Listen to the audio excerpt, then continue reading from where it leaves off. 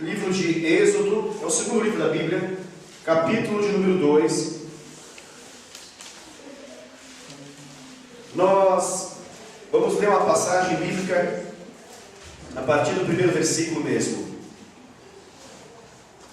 até o versículo de número 10.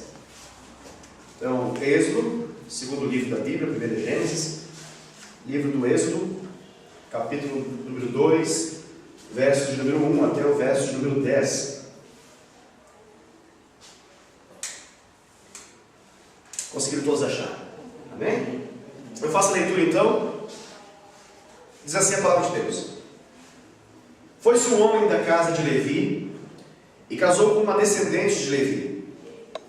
E a mulher concebeu e deu à luz um filho. E vendo que era formoso, escondeu-o por 3 meses.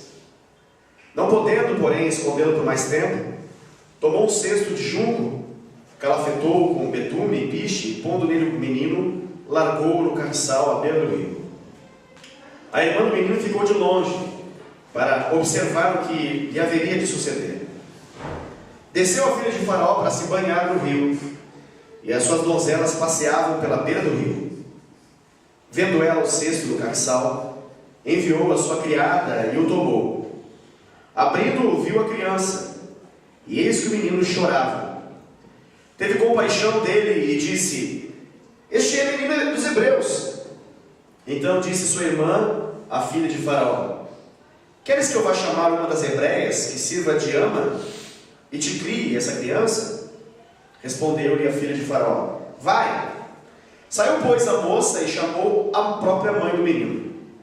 Então lhe disse a filha de Faraó: Leva esse menino e cria ele para mim. Pagar-te-ei o teu salário. A mulher tomou o menino e o criou. E sendo o menino já grande, ela o trouxe à filha de Faraó, da qual passou ele a ser filho. Esta lhe chamou Moisés, e disse: Porque das águas o tirei. Amém? Amém. Glória a Deus. Essa noite eu quero falar com vocês a respeito de um tema. Nós temos uma noite tão especial, na verdade um dia tão especial, um dia em que nós fazemos referência ao Dia das Mães. E quando eu penso em mãe, eu logo penso nessa frase que eu coloquei aí como título dessa mensagem, porque mãe, eu creio que é uma expressão visível do amor invisível de Deus, de um modo que nós podemos desfrutar e sentir, poder de algum modo ser tocado pelo amor de Deus. Logo, eu creio que um dos primeiros exemplos mais claros desse amor de Deus, ele provém através de nossas mamães. É possível que alguém aqui nessa noite já não tenha a sua mãe consigo, já não tenha a sua mãe viva, posso já ter falecido, mas eu creio que quando você se recorda da sua mãe, logo lhe vem algumas características de mãe que logo você vai perceber que essas características da sua mãe são características do próprio Deus. E principalmente desse amor de Deus, dessa graça de Deus. É óbvio que nós não podemos limitar Deus na comparação com a nossa mãe. Mas a nossa mãe é um bom exemplo do amor e da graça de Deus. Em Isaías fala que qual seria a mãe, que tendo seu filho, amamentando ele, seria possível ela se desfazer dele, ou lançá-lo fora, ou deixá-lo a própria sorte. Qual seria essa mãe? E diante dessa pergunta, a resposta básica e lógica é nenhuma, porque isso não é natural de uma mãe. Uma mãe não faz isso. A mãe faz justamente o oposto. Uma mãe, ela gasta a sua vida pelo bem do seu filho. Ela entrega a sua vida, se necessário, para que o seu filho ou a sua filha possa então desfrutar de cuidado, de carinho, de amor. Ou seja, quebra a lógica quando uma mãe, ela abandona o seu filho. Então o profeta pergunta: qual seria a mãe que abandonaria o seu próprio filho? E aí o Senhor fala por meio do profeta e diz: mas mesmo que uma mãe o abandone, mesmo que uma mãe o deixe, mesmo que uma mãe, por alguma fatalidade da vida, alguma situação da vida, tenha essa situação de ter que abandonar o seu próprio filho, Deus, contudo, não nos abandona. Ou seja, esse verso de Isaías, ele deixa claro que o amor de Deus é um amor sobrenatural, vai além do natural, é um amor ilógico, ele quebra a lógica O que nós podemos pensar e entender, o amor de Deus ainda supera a nossa capacidade de entender. Nada, absolutamente nada, e nem ninguém se compara ao amor de Deus e ao próprio Deus. Mas eu na minha limitação, na minha capacidade de entender as coisas de forma limitada, eu não tenho outra maneira de associar melhor do que a graça de Deus e o amor de Deus, do que compará-lo com o amor de uma mãe. Por que não de um pai? Bom, um pai com certeza tem todas as suas características importantes e necessárias da nossa formação, indispensável. A verdade é que um pai estabelece muitas coisas em nossa vida, dentre elas a nossa identidade, libera destino. O pai é um profeta, o pai é alguém que abre porta, fecha a porta. O pai é alguém que protege a nossa sexualidade, a nossa identidade, alguém que nos libera para viver coisas especiais e importantes. E a falta de um pai na vida de uma criança, na vida de um filho ou de uma filha, determina muitas crises e problemas futuros, com certeza. Então o pai é indispensável, mas vamos ser sinceros, mesmo que o pai vá, mesmo ainda que um pai, por alguma fatalidade da vida, ele deixe de estar conosco, a coisa mais comum que nós vivemos em nossos dias, infelizmente isso, é ausência de pais, mas presença de mãe.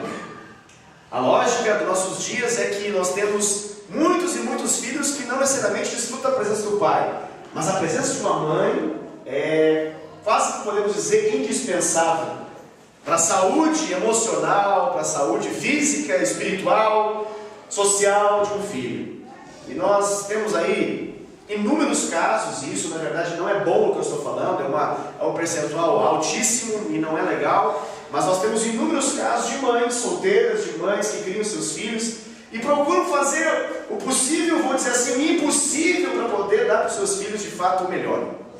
E quando você olha mães, sejam elas solteiras, sejam elas casadas, sejam elas aquelas que programaram uma gravidez, sejam aquelas que não programaram uma gravidez, mas quando entra esse processo na vida de uma mulher e ela se torna mãe, mesmo que algumas crises aconteçam nos primeiros momentos, ou até mesmo pós-parto possa acontecer crise, mas ainda assim, a característica mais normal e mais poderosa e sublime de uma mãe é o amor que ela tem pelos seus filhos e o cuidado que ela tem com os seus filhos. E é tão interessante isso que a própria Bíblia ressalta, e a lógica de um homem de Deus, cheio de sabedoria de Deus, fez com que nós pudéssemos entender de fato o que significa uma mãe. Você deve saber, na Bíblia menciona uma situação em que Salomão se viu num julgamento interessante. Nesse julgamento interessante, uma mãe havia, infelizmente, feito algo e seu filho acabou morrendo, fruto da sua própria irresponsabilidade. E quando ela percebe que ela permitiu a morte do seu filho, ela se desespera e ela vai então e pega o filho de uma outra mulher. E aí então, ela diante daquela situação, com o filho de uma outra mulher roubado, ela agora é acusada pela mãe legítima de que ela roubou o filho dessa mãe legítima. E como naquele contexto quem julgava a causa era o rei, então ela se apresenta diante do rei. E agora o rei está diante de aparentemente duas mães, mas não é possível duas mães naturais. E alegando que elas são de fato mães naturais, só é possível uma. A lógica nos diz isso. Então ambas estão argumentando, ambas estão dizendo: esse filho é meu, julgue a minha causa. E Salomão, numa sabedoria sobrenatural, numa sabedoria divina, ele sabe o princípio, ele sabe o que uma mãe pode fazer. Ele então faz uma proposta, ele chama um dos seus servos e puxa a espada. Ele olha para as mães e fala: tá bom, vamos resolver essa situação. Tendo em vista que as duas são mães, então cada uma merece o seu próprio filho. Então vamos fazer o seguinte: eu vou pegar essa espada e vou cortar no meio essa criança. E vou dar metade de uma criança para uma mãe e a metade dessa criança para outra mãe. No exato momento que ele fala isso, a verdadeira mãe salta e ela fala uma frase típica de uma mãe, fala assim: dê para ela, dê para ela. E aí ele percebe então, por causa dessa declaração, de que ela estava disposta a não ter o benefício de ter a companhia do seu filho, mas preservar a vida do filho, ele descobre quem é de fato a verdadeira mãe. Por que eu falo isso? Porque uma mãe é assim. Uma mãe é alguém que está disposta a se privar de inúmeros benefícios em prol do benefício do seu filho. Isso se chama graça. Isso é favor que não se merece. Olha, eu sou muito entusiasmado com meu filho. Na verdade, meu filho é demais. Eu não mereço o que Deus deu para mim através do Eliel. O Eliel é uma bênção. O Eliel para mim é um motivo de extrema alegria. Todos os meus dias ele alegra meu coração. Mas a verdade é que ele agora passa a dar uma resposta a isso tudo. Hoje ele fala: te amo, papai. Te amo, mamãe. Te amo, vovó. Ele responde, ele corresponde, ele faz carinho. Ele faz as tripulias todas que ele faz para poder chamar a nossa atenção. Ele declara esse amor, ele traz coisas para nós. Ou seja, agora, 1 ano e 10 meses, nós temos assim de uma forma bem visível e clara uma resposta ao amor que nós demos. Mas vamos ser sinceros, esse amor nem sempre foi correspondido assim.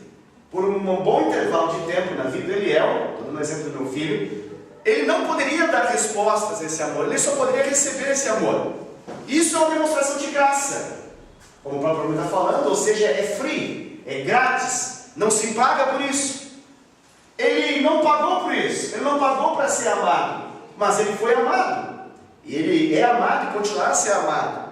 E eu quero dar uma ênfase em relação ao amor da mãe, porque o amor da mãe é uma coisa incrível, na verdade é ela própria que carrega isso.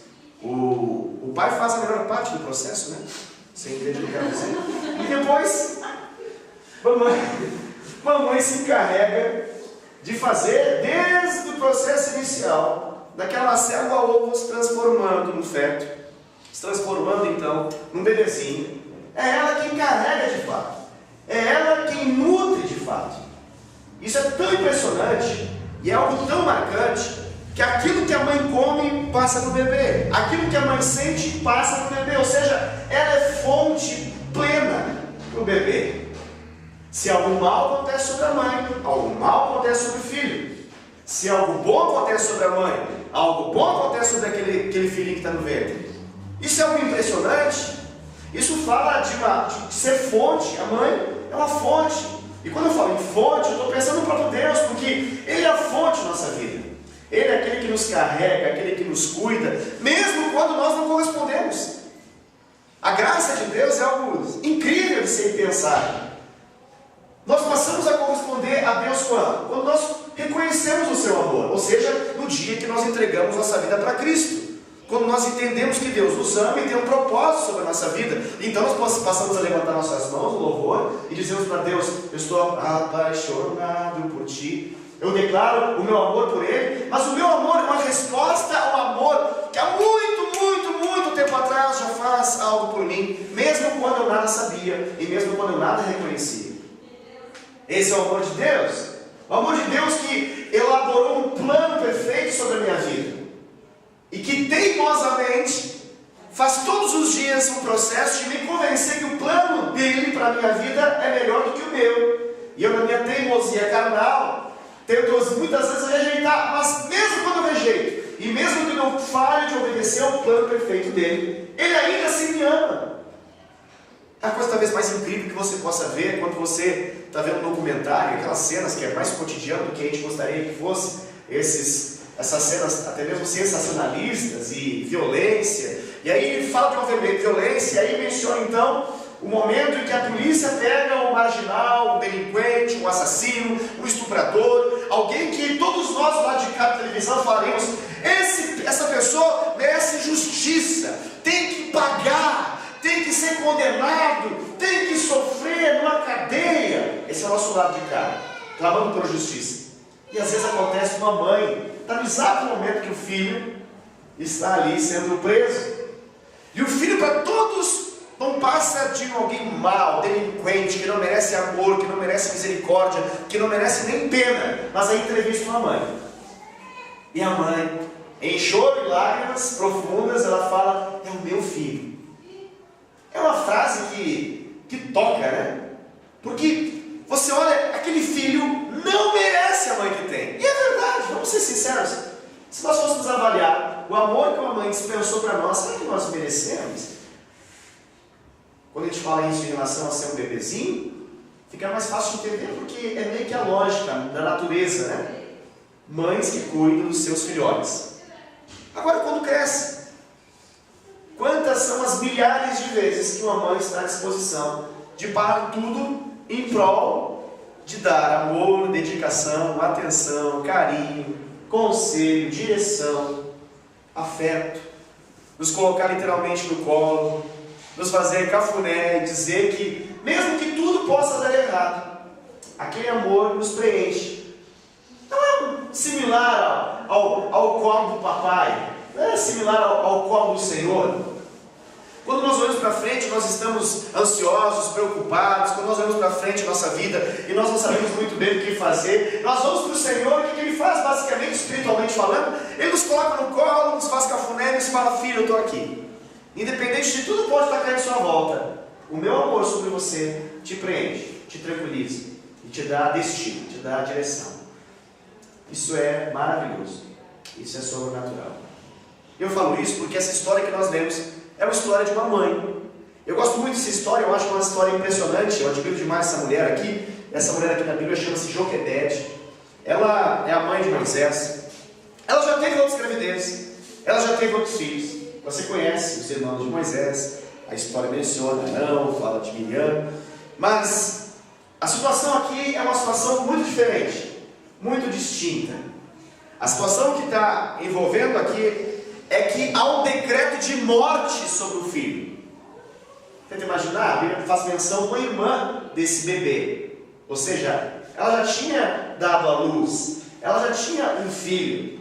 E talvez para a lógica, nós pensemos: não, já tem outros, se morrer esse não tem problema. Mas ela não pensou assim.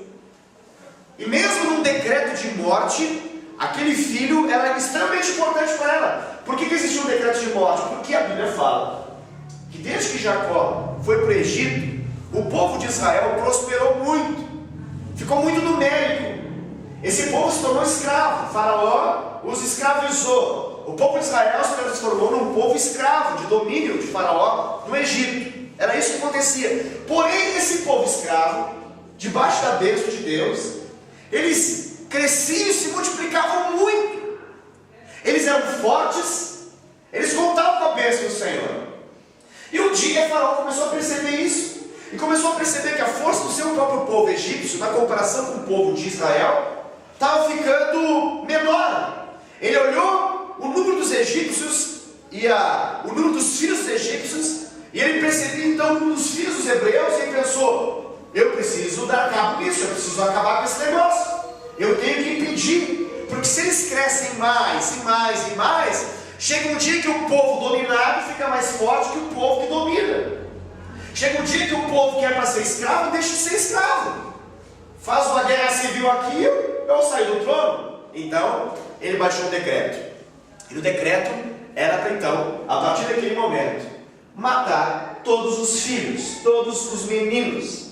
Então as parteiras, elas deveriam então, a hora que não tinha ultrassom, não tinha nenhum tipo de detecção de filho ou filha, não se sabia nada disso, não tinha testes específicos, nada disso. Era um tempo muito antigo, na comparação com tudo que a gente pode fazer hoje. Então, na hora do parto se sabia disso. E a maioria desses partos eram feitos ali à beira do rio Nilo, justamente com o objetivo de que, se ao puxar o bebê, ao fazer o parto, percebesse então que era um menino, ele deveria ser afogado, deveria morrer, com o objetivo de que não crescesse o povo. Pela lógica, aumentaria o número das mulheres, mas não tinham os homens para que então pudessem se relacionar com as mulheres e terem filhos. Resultado disso, simples, né? Ele então, o Faraó, teve uma estratégia de batalha. Só que essa história está acontecendo, há um decreto ali, um decreto de morte.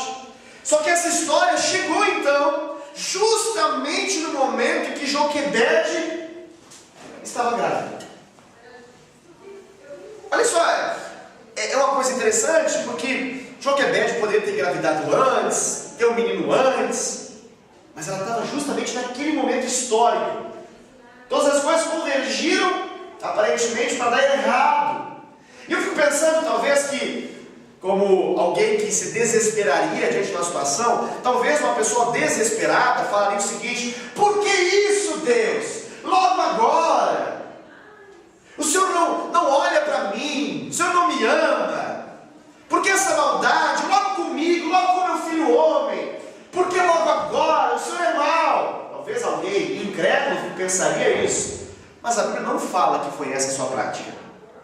Se você quer entender um pouquinho do que a Bíblia fala a respeito desse casal, e mais especificamente a respeito dessa mulher chamada Joquebede, eu sugiro que você possa abrir também comigo no livro de Hebreus, no capítulo dos heróis da fé, que é o capítulo número 11, onde registra os homens e mulheres impressionantes em Deus.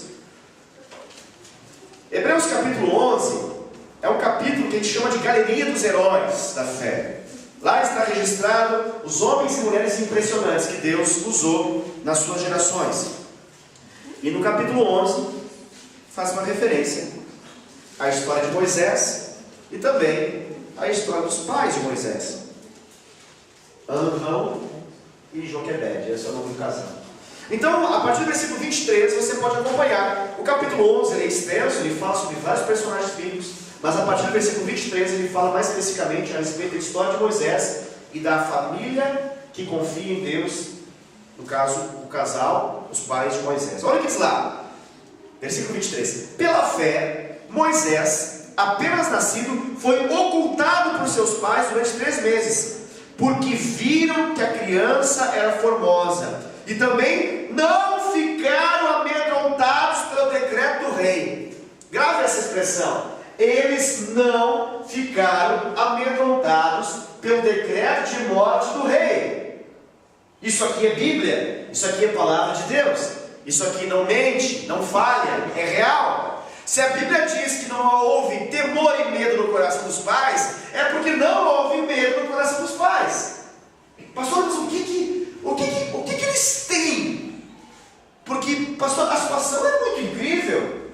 Não dá para acreditar num negócio desse. Diante de um decreto de morte, o faraó da época determina a morte, vão matar o filho e ao invés de ter medo, eles confiam? Sim. Porque o teste da fé, ele é justamente no meio do problema, da adversidade, da tribulação, da acusação e do decreto de Satanás. Há uma batalha espiritual ali.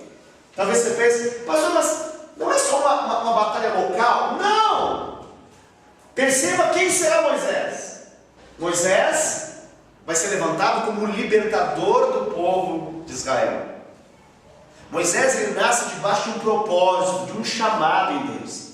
Satanás percebe a movimentação angelical na direção do nascimento desse menino. No mundo espiritual, nas regiões celestiais, os demônios percebem que os anjos trabalham em prol desse menino. Alguma coisa especial tem sobre a vida desse menino. E naturalmente Satanás estabelece um decreto na vida daquele a quem ele tem a possibilidade de usar, que é Faraó, e faz com que Faraó agora cause uma grande mortandade, um infanticídio, ou seja, a morte de muitas crianças. Mas a história aqui é diferente, porque a Bíblia fala que pela fé, versículo 24, Moisés, quando já foi homem feito, recusou-se a ser chamado filho da filha de Faraó, preferindo ser maltratado junto com o povo de Deus, a usufruir os prazeres transitórios do pecado. E talvez você pense, pastor, como que esse menino cresceu e se transformou em alguém que rejeitou tudo o que lhe foi proposto para obedecer a Deus? Aí você precisa entender a história de Joquebede. Você precisa entender quem foi a mãe de Moisés para entender quem foi Moisés. E com isso eu quero dizer que para você poder entender um homem de Deus, uma mulher de Deus, tem uma mãe de Deus, normalmente. Mães que oram, mães que intercedem, mães que creem. Talvez o testemunho mais normal da vida cristã seja nós reconhecermos que a intervenção de Deus na nossa vida se deu por meio de joelhos de nossa mãe, que se dobravam quando nós não percebíamos, quando nós não sabíamos, quando nós talvez estivéssemos longe de Deus, longe do Senhor. Essa mãe é uma clara demonstração. E aqui a história está narrando, está falando justamente disso. O versículo 26 é o seguinte: porquanto, olha que coisa sobrenatural que diz o versículo 26. Porquanto o considerou o próprio de Cristo. Cristo? Peraí, não é Moisés? Cristo não veio muito tempo depois? Moisés, ele está linkado com Cristo. Porque assim como Moisés foi o libertador do povo de Israel, Cristo foi o libertador de todos nós. Assim como Moisés foi usado por Deus para ser um instrumento nas mãos de Deus, para que o povo de Israel que estava cativo saísse do cativeiro, saísse daquele lugar de escravidão e fosse livre e rumassem para a terra de Canaã, ou seja, a terra da promessa, Jesus foi enviado a fim de que nós que estávamos nas trevas pudéssemos sair das trevas, da escravidão das trevas, rumo à promessa do Senhor. E hoje nós vivemos debaixo de promessa do Senhor. Hoje nós vivemos um lugar onde nós podemos de fato fazer uma comparação. Nós vivemos no centro da vontade de Deus e nós podemos então comer e beber de leite e mel, numa terra que emana leite e mel. Ou seja, a prosperidade do Senhor, a bênção do Senhor nos alcançou. Moisés aqui, ele é um paralelo do próprio Cristo. Ele é uma figura, um tipo de Cristo, muito antes mesmo de o nome Jesus Cristo surgir como referência. E o versículo 27 fala: pela fé ele abandonou o Egito, não ficando amedrontado com a cola do rei. Da onde ele aprendeu a não ter medo, querido? Da onde ele aprendeu a confiar quando tudo está errado? Quando todas as coisas dizem não? Da onde ele aprendeu? A Bíblia fala que quem começou a não ter medo antes dele foi os seus pais. E mais especificamente, a Bíblia fala em Êxodo capítulo 2, claramente, da sua mãe. Eu queria falar a respeito disso, de uma fé que é transmitida, de uma fé que é transmitida sem fingimento, de uma fé que é transmitida de uma geração para outra, em que mães, que são a expressão visível de um amor invisível, transmitem isso e nos alcançam, e nos fazem então passar para frente isso. O apóstolo Paulo reconhece isso na vida de Timóteo. Lembra que ele faz referência que ele estimava a fé de Timóteo, porque a fé de Timóteo é uma fé sem fingimento, assim como já era a fé da sua avó Lloyd e de sua mãe Eunice. Ou seja, houve uma transmissão de fé, desde uma mãe de uma mãe até a mãe, até chegar no filho. E levanta então uma geração de Paulo, um homem singular, que é Timóteo. Aqui nós temos uma referência clara também. A fé, a confiança, a maneira como essa mulher chamada Joquebede lidou. Ela liderou sobre o seu filho uma coisa que vai dar muito certo. Ela semeou no filho algo que vai vingar e que vai trazer uma grande colheita, não só sobre a vida dela, mas sobre todo o povo de Deus, sobre todo Israel.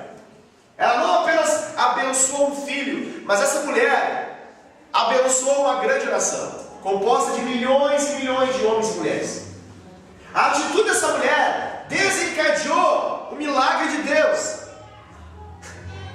Se você para para pensar, Moisés foi o que foi, mas teve uma Joquebede. Isso fala da nossa vida. Hoje nós somos filhos, né? E talvez nós temos feito coisas extraordinárias. Temos ido em lugares que nunca, talvez, as nossas famílias foram. Temos coisas na nossa vida que talvez nossos pais não tiveram. Mas isso tudo que nós temos e podemos e fazemos e somos, teve uma fonte. Obviamente, Deus. Mas eu creio que passou muito pela sua mamãe. Passou muito pela sua querida mãe. E essa história nos fala a respeito disso. Ela nos mostra isso. Diz a Bíblia ali que pela fé celebrou a Páscoa. Versículo 27. Pela fé ele abandonou o Egito, não ficando amedrontado com a cola do rei. Antes permaneceu firme, como quem vê aquele que é invisível. Eu gosto dessa expressão. Versículo 27. Fala ali que Moisés, ele andou como alguém que viu aquele que é invisível. Uau! Esse Moisés é demais. Esse Moisés é demais.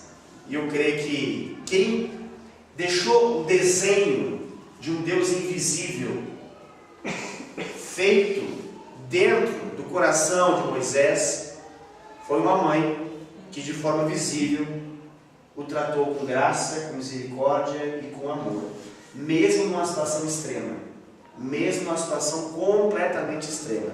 E aí termina dizendo então, versículo 28 e 29, que pela fé celebrou a Páscoa e o derramamento de sangue, para que o exterminador não tocasse nos primogênitos dos israelitas, e pela fé atravessaram o Mar Vermelho como por terra seca, tentando os egípcios, e foram tragados de todo. Ou seja, aqui está falando da vida de Moisés, mas não deixa de fazer referência de quem foram os pais de Moisés, e mais especificamente quem foi a mãe de Moisés, aqui no caso Joquebede. E por que eu estou falando dessa história aqui? Porque Joquebede não tem muita referência na Bíblia, não tem muito espaço na Bíblia, mas a ação dessa mulher A atitude dessa mulher, ela repercutiu na história do povo de Deus. São poucos os versículos que falam e relatam a respeito dos atos dela. Mas, apesar de serem poucos, ela foi nada mais nada menos que a mãe do próprio Moisés. E quem conhece essa história sabe que o que está ali no entorno dessa história é dramático. É dramático. É uma situação de extrema dor, porque é um decreto de morte. Eu não sei, nós não temos esse link para poder ter uma ideia clara. Porque nós não temos um faraó, nós não temos um rei, nós não temos um quadro em que alguém determinou morte sobre o nosso filho, fisicamente falando, um rei, um presidente, um governante. Mas nós vivemos dias, em que, vamos ser sinceros, em que centenas, em que milhares de brasileiros vivem sim debaixo de um decreto de morte. E vivem tensões. O faraó daquela época já morreu, mas nós temos um faraó de nossa época, um Deus desse século, um falso Deus desse século, que é Satanás, e que tem determinado a morte de muitos e muitos filhos por meio de violência, por meio de álcool, por meio de drogas, por meio de prostituição. Semelhante a essa mulher, centenas e milhares de mães passam algo próximo disso, porque sabe que há um decreto no mundo espiritual de que os seus filhos estão fadados a morrerem. Muitas dessas mães estão com esse decreto em função de que um filho já passou por uma clínica, 2 clínicas, 3 clínicas, e aparentemente alguém possa chegar e falar: não é o que pode ser feito. Às vezes o filho está na prostituição, às vezes o filho está se destruindo em meio a uma sexualidade doente, e alguém pode chegar e falar assim: não é o que pode ser feito. Às vezes é um vício qualquer, não necessariamente drogas, algum outro vício, e alguém pode chegar para uma mãe dessa e falar assim: não é o que pode ser feito. E quando nós vemos a reação e a atitude de uma mãe diante de um quadro que para todos é impossível, nós vemos então como é que Deus lida, porque aquilo que é impossível para o homem é totalmente possível para Deus. Eu já vi pai perder a confiança, mas dificilmente eu vejo mãe perder a confiança. Eu já vi pai falar assim: ó, toca daqui, sai daqui, eu não te aguento mais, sai dessa casa. Aí vai lá a mãe, abraça e traz de volta. Aí o pai toca de novo: sai daqui, não quero mais você aqui. Aí então o filho vai, a filha vai, aí a mãe vai lá onde está para poder dar comida, para poder saber como está. Aí você fica: o que é isso? Que amor é esse? É o amor de mãe, que é o amor visível de um amor invisível que é do próprio Deus. Essa história nos faz uma referência, eu creio que podemos chamar de um termômetro, né? Um termômetro que a gente usa para poder identificar se tem febre, se não tem, saber a temperatura do corpo. Então o termômetro do amor de Deus na terra, eu creio que é muito bem evidenciado por meio de nossas mães. Talvez você está pensando na sua mãe e alguns problemas vêm na sua mente. Ah, mas a minha mãe ela tem esse defeito, essa e essa situação. Nós vamos ser sinceros, apesar de todas as debilidades, dificuldades e até mesmo pecados que a sua mãe tem, eu tenho certeza que quando eu estou falando aqui, você pode trazer na sua mente muito vivo o tudo de bom que a sua mãe foi e o tudo de bom que talvez ela ainda continue a ser, mesmo que você já esteja talvez distante dela, longe dela, com a sua própria família talvez. Mas aquilo que ela liberou sobre a sua vida, aquilo que ela fez para você, formou você, tornou você naquilo que você é hoje. Joquebede, vamos voltar um pouquinho lá para a nossa passagem bíblica, né, de Êxodo capítulo 2, para que a gente possa conversar um pouco a respeito disso. Joquebede, ela foi uma mãe que pela fé ela guardou o seu filho, num contexto onde a morte era o destino para o seu filho. E isso de fato aconteceu, ali a Bíblia menciona, você já leu, creio que você conhece a história. O que ela fez? A Bíblia fala que ela conseguiu esconder esse filho por 3 meses. Mas você sabe que ao longo de 3 meses a voz está ficando um pouco mais grossa, está chamando mais atenção. Nos primeiros dias talvez você consegue de algum modo aplacar e impedir que esse som se libere, o choro da criança, o bebezinho se libere. Mas 3 meses eu creio que já não havia muito o que fazer. E por 3 meses ela foi esticando isso. Você sabe que ela contou então com a ajuda de algumas parteiras tementes a Deus. A história anterior fala que essas parteiras, ao invés de matar os bebês, elas não faziam isso. E Faraó se irritou porque percebeu que tinha meninos nessa história. E então vai tentar entender, e as parteiras dão uma desculpa esfarrapada, dizendo para o faraó que, não, é o seguinte, é que as hebreias elas são muito fortes. Elas são tão fortes que nem dá tempo de chegar para fazer o parto. Quando vai ver, a criança já está quase que falando. De tão forte que são essas hebreias. E essa desculpa, né, indigna o faraó. E isso intensifica o quadro de que ele realmente queria que todos os bebês fossem mortos. E isso acontece então. Essa situação ia acontecer com Joquebede, com seu filho. Mas a Bíblia fala no versículo 2 que essa mulher concedeu e deu a luz um filho. E vendo que ele era formoso, essa é uma característica do Moisés, ele era muito belo, era muito bonito, muito formoso. Então ela escondeu por 3 meses. Eu sei que na verdade não vale muito isso, né? Porque para nossa mãe tinha sempre muito formoso, né? Meio engraçado esse negócio, né? Para todo mundo a gente pode ser feinho, né? Como é que fala, né? Parece um joelhinho, né? Parece a dobra de alguma coisa. Pode ser, mas para a mãe é lindo, é espetacular. Mas de fato, esse menino era formoso, não só para a mamãe. A gente vai ver a formosura dele, porque a formosura dele vai ser um atributo importante na história seguinte que vai acontecer com ele nesse rio. E a Bíblia fala então que ela esconde ele, protege ele. E agora, no versículo 13 diz assim: não podendo, porém, esconder por mais tempo, tomou um cesto de junco, calafetou com betume e piche. Ou seja, ela impediu que a água pudesse entrar naquele cesto, e pondo nele o menino, largou no carriçal à beira do rio. Ou seja, Joquebede, ela foi uma mãe que ela planejou uma forma de proporcionar segurança para o seu filho. Ela tinha uma sabedoria para fazer isso. Ela planejou, ela tinha um plano de manter o seu filho seguro. Agora, ter um plano de manter o filho seguro na condição de um país livre é uma coisa, mas ter um plano de manter o seu filho seguro numa condição onde o seu filho está fadado a morrer é outra coisa. Eu creio que você pode entender. Um bom plano de uma mãe brasileira do século XXI é uma coisa muito interessante. Agora, um plano de manter o filho seguro numa condição brutal como essa é louvável. E ela teve essa ideia. Ela teve a maravilhosa ideia divina de abrigar o seu filho no cesto. E essa ideia não foi um desespero. Essa ideia foi, eu tenho certeza, que ela foi resposta de Deus. Porque essa mulher ela contava com a sabedoria de Deus, com o conhecimento de Deus. E quando você conta com a sabedoria de Deus, você tem então uma chave que abre o futuro. E quando você conta com o conhecimento de Deus, você tem então a revelação de uma situação que humanamente você não pode conhecer do passado ou do presente. É isso que a Bíblia fala quando ela se refere a dons espirituais. Em 1 Coríntios 12, fala dos dons espirituais, ela fala de palavra de conhecimento e palavra de sabedoria. E quando se fala de palavra de conhecimento e palavra de sabedoria, o próprio nome está dizendo, é uma palavra, ou seja, não é uma frase, ou seja, é a pequena porção de um todo. E quando uma mãe clama por um dom espiritual, quando uma mãe clama por uma revelação da parte de Deus, Deus dá. Na verdade, a Bíblia fala que Deus está sempre pronto a dar sabedoria para aqueles que pedem. Se você está precisando de sabedoria, peça a Deus que Ele dá liberalmente, deliberadamente dá para você.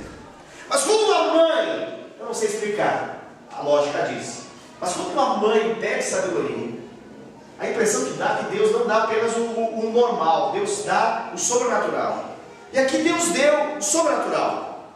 Eu não sei como é que é na sua casa, não sei como é que é na sua vida, mas eu acho que em algum momento da sua vida você já deve ter tido uma certa impressão de que Deus deu para sua mãe uma sabedoria que não deu para mais ninguém. Já teve essa impressão? Você chegou na casa, tentando abafar um caso, e você conseguiu enganar todo mundo.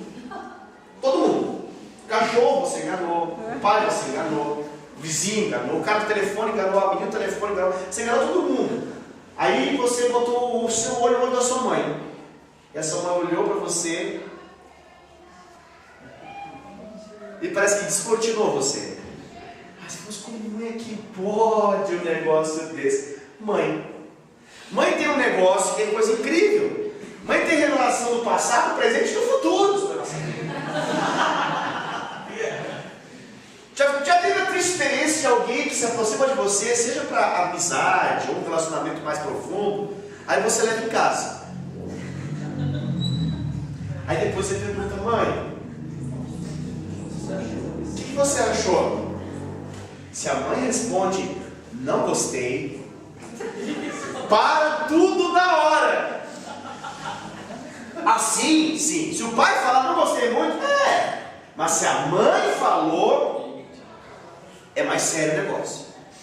Assim, pastor? Sim. O pai, ele faz um cálculo matemático para dar a resposta. A mãe, ela vai no tutano do osso para dar a resposta. O pai analisa situações fáceis de serem avaliadas e quase superficiais. Mãe, ela vai numa profundidade que você nem imagina que ela tivesse. Às vezes você olha para sua mãe é pequena, baixinha, magrinha, né? Parece que se botar um balde com muita água na cabeça, esmaga. Mas quando ela vê algumas coisas sobre a sua vida, você fala, meu Deus, como é que ela sabe essas coisas, meu Deus do céu? Porque Deus dá essa graça protetora sobre a vida de uma mãe, que eu creio que Ele não dá da mesma modo, com a mesma quantidade, tamanho e dimensões para mais ninguém. E aqui Deus deu uma graça sobrenatural. Essa mulher, ela teve uma sabedoria incrível. Ela pega então e ela articula um plano. E no plano dela, talvez você pense, loucura, pastor. Sim, eu também acho. Porque eu sou o cara que faz o cálculo matemático. Eu fico pensando, meu Deus, tem jacaré no Rio, rapaz. Isso é loucura. Eu calculo o número de jacarés, densidade, profundidade, tudo na água. Entende? No cálculo, na minha cabeça diz, não. Mas aquela mãe, ela desprezou todos os cálculos matemáticos de impossibilidades. E ela cria, acreditava, confiava no seu coração que esse plano iria dar certo. Olha o plano. Ela não tinha o que fazer. Se ela ficasse com o bebê de algum modo, ela não teria como impedir o neném de chorar. Toda hora. Em algum momento, o choro daquele bebê iria denunciar. Aquele bebê cresceria. Ele ia ser visto, ele ia brincar no quintal da casa, ele ia brincar no pátio. Não tem como você esconder uma criança, menino. Talvez ela pudesse tentar colocar roupa de menina, talvez tentar fazer, mas não, ela não teria como mudar a identidade, ela era um menino. Ela não ia fazer isso.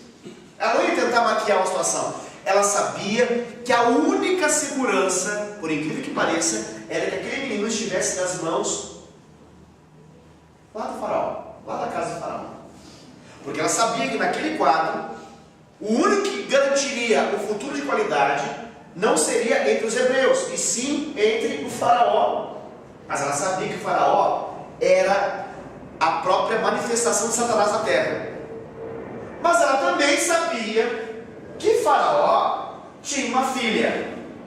E como toda filha, e como toda mulher, para parecer incrível, né? Tem algumas mulheres que passam um tempo, tem mulheres, isso é incrível. Às vezes tem algumas meninas que têm 13, 15, 16 anos, você pergunta, você quer ser mãe? Não quero ser mãe. Aí fico lá, falar essas explicações, porque vai mudar meu corpo, porque o meu seio vai baixar, porque não sei o quê, que vai dar estria. Essa história não dura.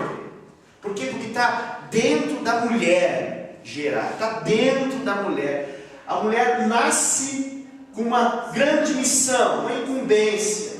E essa incumbência é gerar filhos, dar filhos. Então isso muda. Então quando a gente ouve algumas adolescentes, algumas mulheres, em alguns momentos específicos, falam, não quero casar, eu não quero ter filho, a gente fala, tá bom. Porque as coisas mudam. Elas mudam. Tem gente, algumas pessoas falam, nunca vou me apaixonar, aí até que se apaixona. Nunca vou casar, aí tudo que quer depois é casar. Aí passa 2 anos, 3 anos, não queria ter filhos, eu quero ter 3 filhos, 5 filhos. Aí você muda. Por quê? Porque faz parte, é projeto de Deus. E no projeto de Deus, Deus fez não que o homem fosse aquele que conduzisse esse processo no seu ventre. Imagina como é que seria esse negócio. A gente não suportaria. Né? A gente não suportaria, Marcelo. Não tem nem como. Não tem. Alguns níveis de dor nós suportamos, mas alguns outros nós não suportamos. Não há nada que possa ser feito. Não tem. Não dá. Não consigo nem imaginar. Se eu quero imaginar, já me dá desespero só de pensar. E Deus, na sua infinita sabedoria, fez então e deu capacidades físicas, para que a mulher então pudesse ser isso. E não só físicas, emocionais, espirituais, tudo. Deus preencheu a mulher de capacidade para que ela pudesse ser aquela que libera a vida, que libera a vida na terra. Isso é algo maravilhoso. E aqui, nesse caso, essa mulher, Joquebede, dentro desse contexto, ela faz essa aparente loucura. E o versículo 4 fala uma coisa interessante. Diz assim, ó, isso está tudo dentro do plano, querido. Isso é um plano de ação bem pensado, elaborado nos céus, na cabeça de Deus. Por quê? Porque como toda mulher daquela época, essa mulher se utilizava daquele rio, Joquebede também, se utilizava daquele rio para poder então pegar água na sua casa, lavar roupa e coisas do tipo. O rio ali era fonte de vida naquele contexto. E ela sabia que era costume das mulheres fazerem esse mesmo processo. Dentre elas também a princesa, a filha do rei. E ela, sabendo que a única possibilidade do filho permanecer vivo e dar certo e vingar não seria com ela e nem com nenhuma hebreia, e sim com uma egípcia, ela não pensou talvez, qualquer egípcia sirva. Qualquer egípcia pode servir porque ela vai achar meu filho lindo e vai querer para ela. Não, ela mirou não na cauda, ela mirou na cabeça. Ela não pegou por baixo, ela pegou no alto. Ela não pensou como uma medíocre, ela pensou como uma nobre. E ela então, ela faz o processo de Eclesiastes, né? Lança o pão sobre as águas, que depois de muitos dias, ele volta para você. E ela por fé fez isso. Ela não lançou o pão sobre as águas. Na minha cabeça até se o pão era melhor lançar sobre as águas, mas não. Ela lançou o filho dela sobre as águas. E nisso ela elaborou um plano. Ela fez com que Miriam participasse desse plano. Então agora o versículo 4 fala que a irmã do menino, Miriam, ficou de longe para observar o que lhe havia de suceder. Olha que coisa impressionante. Isso faz referência a algumas coisas que só mãe consegue fazer.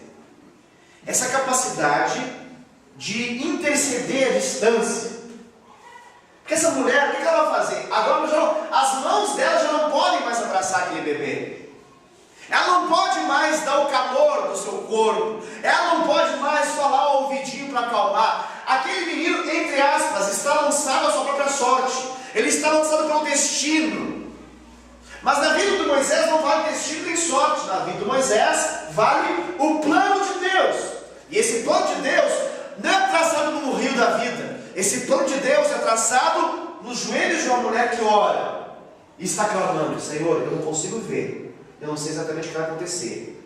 A minha filha está tentando ver, mas talvez ainda assim, pela lógica natural, pode não dar certo. Mas eu creio no Senhor. Eu sei que o Senhor está conduzindo esse bebê no meio daquelas águas. E tem um monte de jacaré. Eu sei que meu marido Arnão já falou sobre isso.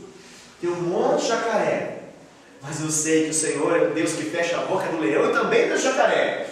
Eu sei que o Senhor é capaz de fazer com que o meu filho encontre as mãos da filha do faraó. A expectativa dela estava toda em função da filha do faraó. E diz a Bíblia que isso aconteceu. Você entendeu o palavra dessa história? Não sei como é que é a sua mãe. Eu não sei, talvez sua mãe não seja convertida. Mas no mínimo pode ter talvez temor a Deus. E no seu temor a Deus, mesmo quem não teve um encontro com o Senhor Jesus, uma das características de mãe é dar uma figura de temor a Deus para os seus filhos. Mesmo mães não convertidas, mesmo mães não crentes, às vezes na sua limitação de conhecimento de Deus, às vezes até mesmo em algumas mentiras que Satanás conduziu na mente dela, apesar de muitas coisas às vezes erradas, ainda assim, uma mãe procura falar com um Deus invisível e lançar sobre ele palavras proféticas, direcionar o caminho de um filho e de uma filha, mesmo quando ela já não pode geograficamente estar do lado. Eu acho isso incrível. Minha mãe fez isso centenas de vezes na minha vida. Centenas não, milhares de vezes na minha vida. Centenas é pouco. Milhares de vezes na minha vida. Milhares de vezes eu não estava próximo fisicamente dela, mas a oração dela determinou vitórias que só o Senhor poderia manifestar na minha vida por causa da oração dela. E eu vejo isso, hoje eu convivo com duas mães, né? A minha mãe e a mãe do meu filho. E eu sei que é assim. que Deus faz as coisas. Inúmeros são os momentos. Hoje nós temos a presença do leão bem próximo de nós. Mas vai chegar um momento, e esse momento também ele é muito maravilhoso e importante, em que ele não vai estar tão próximo de nós. Mas ele não precisa estar longe das nossas orações. Ele não precisa estar longe da oração de uma mãe. E do calor protetor no espírito que uma mãe pode promover por meio de sua oração. Essa mulher está fazendo intercessão nessa hora, querido. Talvez você pense, puxa, mas é tão pouco. Deus me livre, querido, Deus não te livre não.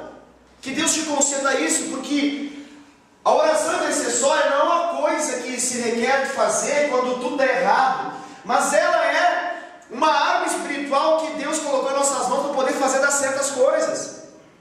A oração intercessória, ela é chave de vitória. Não é uma coisa que a gente faz de vez em quando dá dor de barriga no filho, ou quando ele está com um problema na escola, ou quando ele está com um problema com os amigos, que ele tem escolhido errado, ou quando ele teve alguma coisa errada que ele fez. Não! A oração intercessória é todo o tempo. Uma mãe, ela tem a possibilidade de, juntamente com o Senhor, intervir no destino de um filho, na história de um filho por meio da sua oração. E essa Joquebede, ela está fazendo isso. E a Bíblia fala então, vamos pular lá para o versículo 7, diz assim: então disse a sua irmã, filha de Faraó, queres que eu vá chamar umas hebreias que sirva de ama e te crie criança? Nossa, que coisa sobrenatural. Querido, talvez você pense, não, isso aqui é um filme. Não, isso aqui é vida com Deus. Talvez você pense, não, isso é Hollywood. Não, não é Hollywood. Isso é temor ao Senhor. Talvez você até gostaria que sua vida fosse Hollywood, ou fosse um filme. Quer dizer que é melhor que Hollywood, é melhor que um filme. Porque aquele que teme ao Senhor, ele lança seu pão sobre as águas, depois de muitos dias, ele terá de volta. Aquele que confia no Senhor, ele semeia, e talvez depois de muitos dias, ele vai colher. Por quê? Porque nós temos um Deus que trabalha por nós. E Deus nunca deixa de pagar. Deus nunca deixa de honrar. Mas por que ele faz isso, pastor? Por causa de uma coisa chamada fé. Fé. E por que Deus honra a fé, pastor? Porque a fé honra a Deus. Deus honra a sua fé e a minha fé, porque a nossa fé honra a Ele. É o que diz em Hebreus 11:6. Lá fala que sem fé é impossível agradar a Deus. E todo aquele que se aproxima de Deus deve crer que Ele existe e que se torna galardoador, recompensador daqueles que o buscam. Sabe o que significa isso, querido? Que a sua busca é a minha busca, e a busca de nossas mães nunca fica em vão. A obra que nós fazemos em Deus, ela nunca é vã, ela nunca é em vão.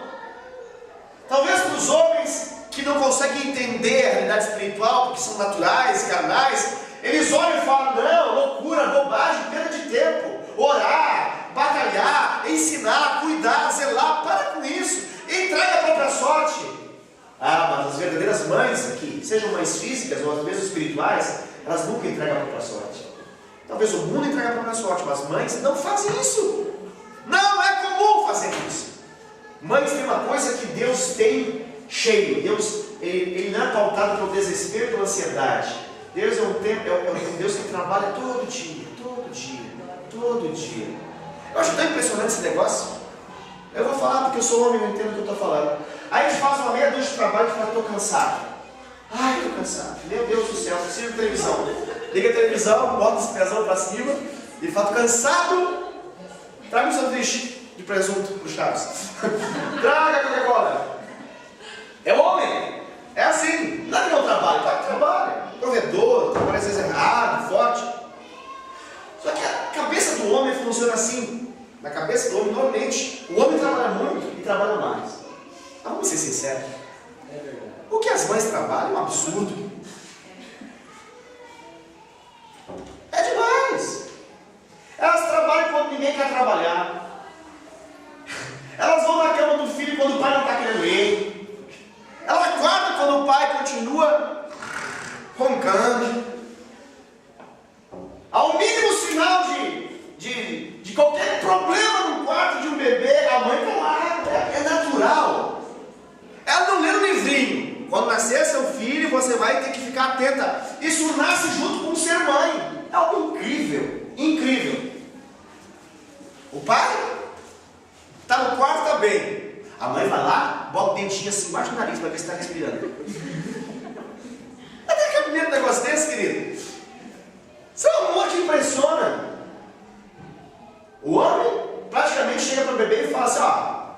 falando demais, ou para ou vai ficar sem comer. A mãe pode estar esperneando, gritando. Ela tira, bota o seio na boca do bebê, dá de mamar, sacia. Mas não tem como você não olhar para essa cena e falar assim, cara, isso é muito Deus mesmo. Isso é muito Deus. Porque não é normal, não é lógico. A mãe está doente? Amamenta. A mãe está bem? Amamenta. Ela voltou ao processo regular, né? Deu TPM, amamenta. Não tem atestado, não tem licença para ficar em casa nessa história, ou melhor, licença para não ser mãe, não tem. É 24 horas por dia. Literalmente 24 horas, porque você pensa, não, só algumas horas, não, é 24 horas, porque se às 13h30 o filho fizer na sua barriga, mas entende, assim, ela for lá e fazer, e está inchado, a mãe fica, se precisar, das 13h30 até as 8 da manhã. E o pai está lá. No outro dia ele vai saber, a mãe vai avisar, ela fala assim, pois é, o filho estava doente. É mesmo?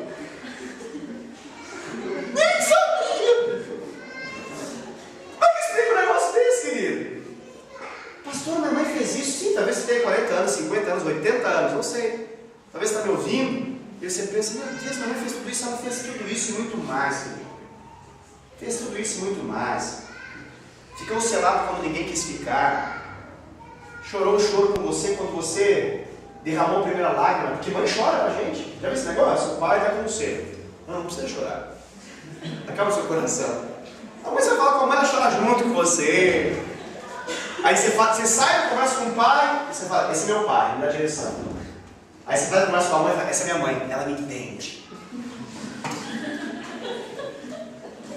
Porque tem hora que a gente não quer essa direção, a gente quer alguém que nos entenda. É ou não é? E mãe entende. Você faz uma caca com a sua vida. Mãe, entende você. O pai, sermão. Não é que mãe não dá sermão. Óbvio, tem que dar. Mas é regado de carinho que você fica assim. E depois que cresce. Mãe batendo. Porque mães disciplinam. A gente como filho aprende a chorar por respeito à mãe. Tem que chorar. Está sendo disciplinado, chora. Mas eu fico fazendo a comparação. A Dai vai disciplinar o Ariel. Eu fico, meu Deus do céu. Eu vou disciplinar o Ariel. Você fica forte comigo.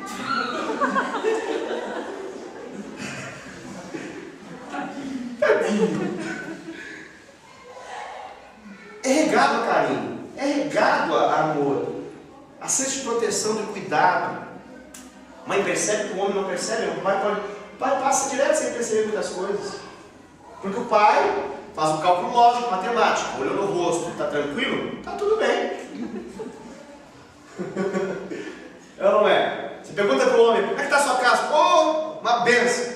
Aí você pergunta, como é que está a mulher? Deixa eu te contar. Aí você fala com o homem, você sabia que a sua casa estava assim? E eu não sabia que estava assim. A mulher ela sabe o que precisa saber, o que tem que precisar saber, mas sabe tudo. Nada. Parece que nada sai da teia protetora de uma mãe. Isso é maravilhoso. Isso faz parte aqui da estratégia. Ela tinha uma estratégia maravilhosa, que deu muito certo. E a Bíblia fala então que essa filha de Faraó, a princesa, olhou. Você sabe essa história? Estou repetindo só para que você possa ficar bem nítido na sua cabeça enquanto estou falando. Ela olha e ela tem uma expressão de que ele é muito lindo, ele é formoso demais. E aí próximo dela estava quem?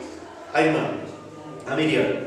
E Miriam se aproxima como quem não quer nada, tudo dentro de um plano de cuidado. E ela faz a pergunta, por um acaso você não quer que uma hebreia cuide dessa criança? Que coisa impressionante isso, né? Isso tudo sai da cabeça de Miriam? Não. Tudo sai da cabeça de Joquebede, da sabedoria dessa mulher. E aí a resposta é, a filha de Faraó, a princesa, fala, pode ser. Vai e pega uma mãe de peito desse bebê. novamente ele: lance teu pão sobre as águas. Depois de muitos dias, às vezes menos dias, ou talvez um dia, talvez depois de algumas horas, você vai ter de volta. Quero dizer isso para você, mãe que está aqui. Mães espirituais, que ainda não são mães físicas, que serão, mas que já são mães espirituais, discipuladoras, pastoras em nosso meio. Lance teu pão sobre as águas. Depois de muitos dias você vai ter de volta. Deus vai honrar tudo que você faz em função da estratégia divina. Deus vai honrar toda a sabedoria que Ele te concedeu. Deus vai honrar os seus joelhos, vai honrar a sua busca, a sua intercessão. Deus vai honrar o seu cuidado. Deus vai honrar. A Bíblia fala então, olha que coisa impressionante, diz a Bíblia que então justamente levam o menino para quê? Para Joquebede. Aí talvez você pensa, puxa, glória a Deus, né? Mas a bênção é sempre dobrada, querido. É dupla a honra no lugar da vergonha. Além de cuidar do filho, não poderia ficar melhor. Porque salário é uma coisa relativa em todos os tempos da história, você sabe disso, né? O salário básico, ok. Mas salário, o que é um bom salário para um plebeu, não é um bom salário para um nobre. Olha o que vai acontecer agora. Diz a Bíblia ali que a filha do faraó, a princesa, fala: leva esse menino e deixa ela criar, porque eu vou pagar um salário. Eu gosto de falar de novo, um salário, não é um saláriozinho, é um salário. Por que não é um salário? É um salário porque isso agora determina que ele vai ser filho de rei. E filho de rei não pode ter um salário, ele tem que ter um salário, porque ele agora é nada mais nada menos do que o neto do faraó. Eita glória! E diz a Bíblia que a mamãe toma essa criança e agora livremente, num tempo que os meninos das outras hebreias morriam, ela livremente cuidava do seu filho. E aí você pensa, ok, cuidava do seu filho, mas o que ela fazia nesse tempo? Porque a Bíblia dá a entender claramente que ele ficou até por volta dos 8 anos de idade. E as mães sabem que de 0 até 8 anos de idade, primeira infância, é o momento mais importante para você imprimir tudo aquilo que precisa ser impresso na vida de um filho, para que ele possa ser uma seta que acerte o alvo. E foi isso que ela fez. Essa mulher, ela estava agora financiada para ser mãe. Eita, plano bom é esse, querido? Nós estamos num tempo que o faraó dessa nossa geração, ele faz uma coisa diferente. Ele faz o contrário. Ele fala assim: eu pago o salário para você, mamãe, para você não ficar com seu filho. O faraó conhece a Bíblia e inverteu a história. E agora ele paga para a mãe não ficar com o filho. É uma nova estratégia de batalha. E ele fala para a mãe: eu te pago, e aí você paga a babá. Eu te pago, e aí você paga a TV a cabo. Eu te pago, e aí você paga o Netflix. Eu te pago, e aí você paga então o parquinho, paga isso, e paga aquilo, e paga aquilo, e paga aquilo. E nós, da nossa geração atual, século XXI, achamos com normalidade que quem cuida, os filhos, já não sejam mais as mães. E sim, outras pessoas, a professora da escola, e assim por diante. Eu queria dizer para você que o mesmo princípio de Deus, não de faraó, não do diabo. O diabo muda, a finalidade dele sempre é a mesma coisa: matar, roubar e destruir. Mas o princípio de Deus continua sendo o mesmo. Deus pode e quer te honrar se você focar nessa missão que Deus te deu, que é a missão de ser mãe. Faça esse investimento para você ver. Pastor, mas vou perder meu salário gordo, meu Deus do céu, a casa não sobrevive se ficar só com o salário do meu esposo. Querida, se lance na confiança do Senhor e deixa que o Deus desse século sirva ao Deus verdadeiro e faça chegar benefício na sua casa que não poderia chegar de outro modo, se não fosse por meio de você receber a estratégia dos céus. Essa mulher fez isso. Ela estava com o seu maravilhoso ofício de ser mãe, e agora ela estava com todo o tempo livre para imprimir o plano perfeito de Deus na vida daquela criança. esperança. Pastor, deu certo? Sim, foi por isso que eu li Hebreus 11 para você. Porque a Bíblia fala que depois ela teve que entregar o filho para a princesa, obviamente. Mas quando ela entregou o filho para a princesa, querido, ele já estava programado para ser um homem de Deus. E quem colocou esse programa no HD dele, esse apps no seu filho, foi Joquebede. E esse programa, esse aplicativo dentro da vida do filho era tão forte, tão poderoso, que mesmo em meio a toda aquela glória que o Egito tinha para dar para ele não aceitou isso, porque ele queria seguir o plano de Deus, que foi completamente ministrado por meio da sua mãe. Não sei se você entende o que significa isso. A proposta dele negar o Egito e escolher o povo hebreu significava perder todos os benefícios de ser neto de rei para se transformar simplesmente num homem qualquer de um povo dominado. Pela lógica humana também, o cálculo dos jacarés que o homem faz é uma loucura, bobagem. Para com isso, filho. Que loucura. Pensa na sua carreira, no seu plano de sucesso. Não. Fica aí que tá bom. Aquela mulher pensava diferente. Ela doutrinou ele para ser diferente. E mesmo com toda a cultura dos egípcios, com todas as faculdades dos egípcios, com toda a formação que ele recebeu, ele nunca perdeu as sementes que aquela mamãe tinha colocado na vida dele. Isso ficou claro, porque ele trocou o Egito, e no meio do Egito, ele se levantou contra o faraó. Não mais o mesmo, mas ele se levanta contra o faraó. E aí, você já sabe o final dessa história.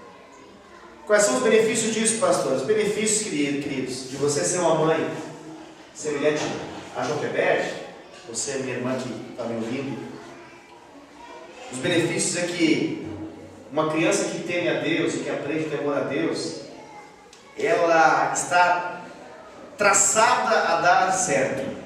Não é destino, não é um acaso, mas esse plano é infalível.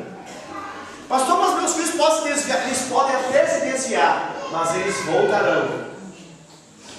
Pastor, é assim sim, porque esse é um projeto de Deus. E esse projeto de Deus tem um Deus que trabalha todo o tempo para poder fazer dar certo.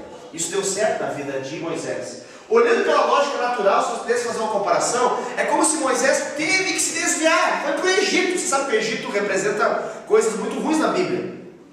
Talvez você pense, puxa, ter perdido, não valeu a pena, gastei anos da minha vida, 8 anos sem trabalhar fora, só trabalhando com meu filho, só ministrando sobre a vida dele, agora ele vai e se perde, o faraó está dominando ele, está fazendo a cabeça dele, os amigos estão fazendo a cabeça dele, a escola, Confie no investimento que você fez.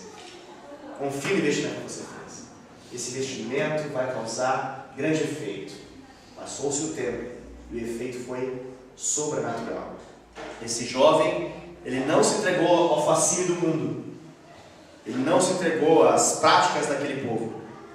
E esse jovem aproveitou o momento oportuno em Deus e se levantou como um grande libertador.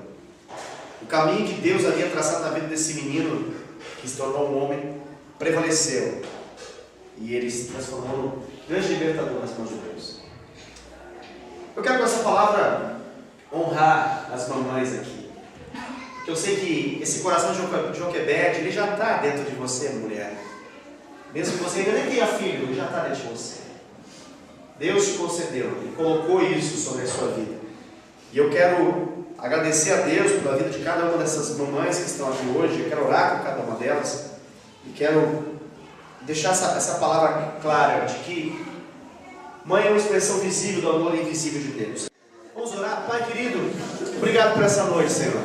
Obrigado pela Tua palavra. Obrigado, Senhor Deus, por esse culto onde nós podemos refletir, pensar. Nós podemos, Senhor Deus, entender melhor o Teu plano e o Teu carinho através da vida das nossas mães. Obrigado, Senhor Deus, porque hoje é um dia tão especial. Nós comemoramos, Pai, o Dia das Mães. Nós somos muito gratos pela nossa mãe, Pai. Obrigado, Senhor Deus, porque o Senhor tem se manifestado de forma tão poderosa através de nossas mamães.